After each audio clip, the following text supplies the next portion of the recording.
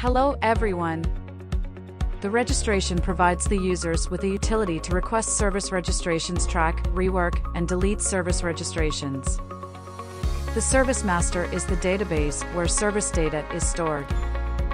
The new service data becomes part of the information that will be used in other service management processes such as searching and finding service records, tracing possible duplicate records, and so on.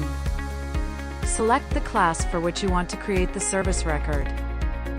A form opens which displays all the information such as service category, subcategory, service group, etc. Click on the Register button to register the service record. Once the service record is registered successfully, the below tabs contain vital information about the service record. The Characteristics tab contains all the characteristics belonging to the class. Select the characteristics values and UOM from the drop-down or type it. Once all the values are filled, click the Update button to save. Save to save the required changes. Duplicate window will show the duplicate records.